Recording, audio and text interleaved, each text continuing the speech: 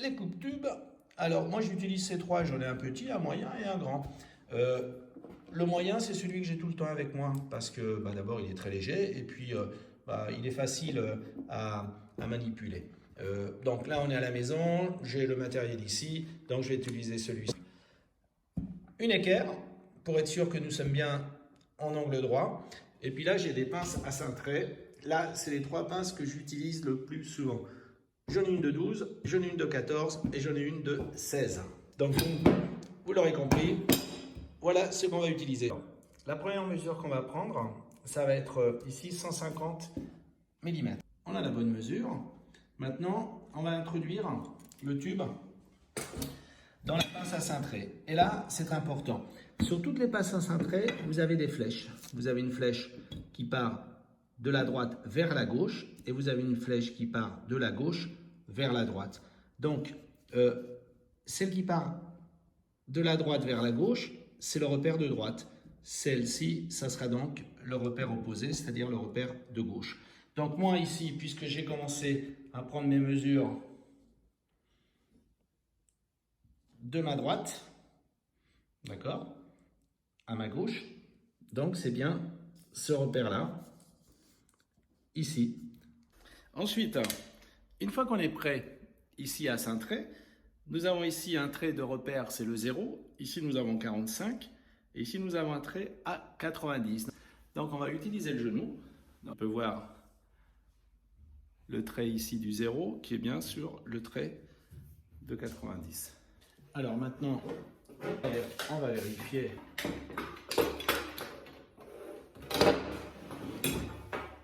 que la cote corresponde bien. Et là, on peut constater qu'on a 15. D'accord? Donc, normal. Voilà. On peut constater que on est plutôt pas mal. Donc maintenant, qu'est-ce qu'on va faire? Eh bien maintenant, on va prendre celle-ci. D'accord? C'est-à-dire qu'on va prendre 160. Alors comment on prend d'axe à axe? Ce qu'on fait, c'est qu'on prend ici à la moitié du tube. Et là, on va prendre 16. Donc, on prend 160 mm. Ça fait ici. D'accord?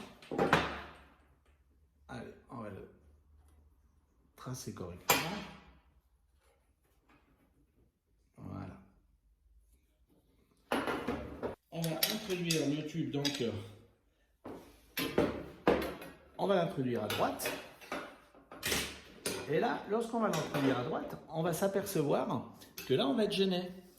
On va être gêné par ce bras. Donc, puisqu'on ne peut pas l'introduire à droite, on va faire autrement. On va l'introduire à gauche. Parfait. Donc, on ne prend plus la flèche de droite, mais la flèche de gauche. Alors ici, même chose. On va donc venir jusqu'à 90. Maintenant, il ne nous reste plus que la dernière mesure à prendre, c'est-à-dire 14 ou 140 mm, comme vous voulez. Donc, on va la prendre donc ici, d'axe, donc jusqu'à 140. Allez, on va faire ça. Donc, je place mon équerre bien à l'axe du tube. Et là, je vais prendre donc la mesure ici, 140. D'accord? La mesure est prise. On va utiliser donc le coupe-tube. Mais avant de couper, je voudrais quand même attirer ton attention. Tu verras que ici, mon tube de 2 mètres, j'ai aucune perte.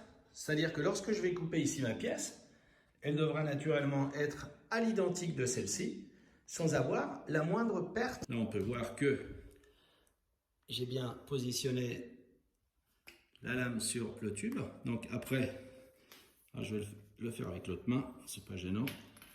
Voilà, on fait un tour et on serre un petit peu à chaque fois. D'accord? Voilà. À chaque fois. Voilà. Hop. Chaque fois, on serre un peu. Alors. Bon, là, on peut constater qu'il faut la mettre, faut que cette pièce elle soit à plat. Ici, elle ne l'est absolument pas. Donc, ce qu'on va faire, c'est que on va chauffer cette partie-là. Et ma lampe à souder.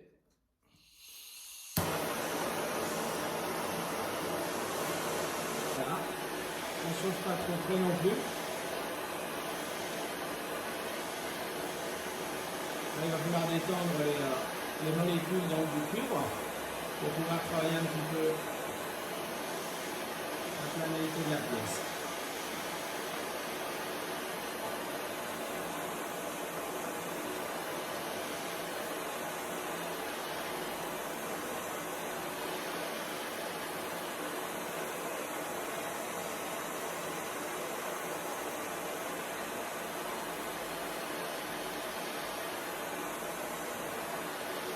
Ok. Là, je pense que ça devrait suffire. Je vais aller refroidir la pièce. Je vais la nettoyer un petit peu. Et puis là, on va essayer de la mettre un petit peu comme il faut.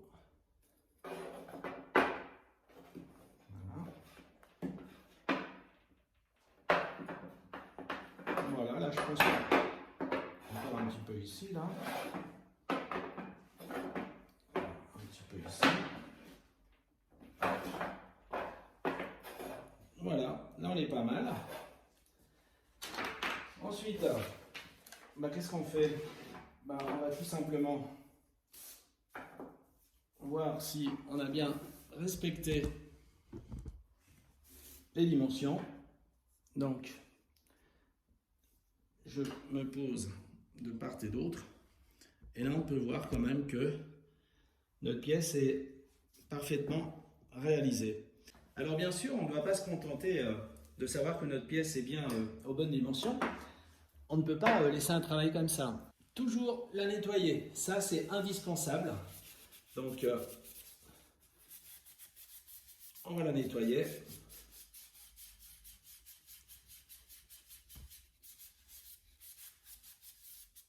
On va faire du bon boulot.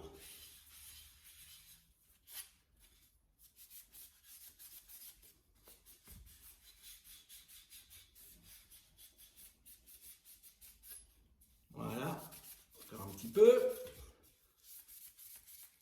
Encore un tout petit peu. Voilà, la pièce étant terminée, tu peux constater qu'elle brille, elle est propre. C'est vraiment une étape à ne pas négliger pour faire du super boulot. Je voulais aussi te parler du multicouche. Parce qu'il coûte moins cher, tu peux essayer de travailler là-dessus, de t'exercer à cintrer. Tu trouves des barres de 2 mètres à des prix qui sont tout à fait abordables. Par rapport au cuir, ça reste quand même moins cher. Merci de liker ma vidéo, ça fait plaisir. Abonne-toi et je serai content de te compter parmi mes tout nouveaux abonnés. À très vite et merci encore.